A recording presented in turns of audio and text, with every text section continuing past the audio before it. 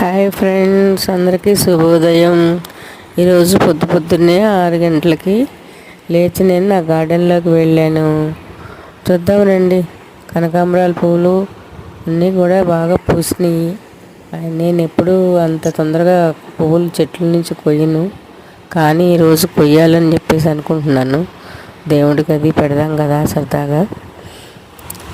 విడిగా పువ్వులు, మందార పూలు తక్కువగా పూసినాయి అని చెప్పేసి ఇవి పెడదామని చెప్పేసి కొన్ని పువ్వులు కోస్తున్నాను. చూద్దాం రండి. ఎంత బాగున్నాయో కదా, ఎల్లో కనకాంబరం పూలు.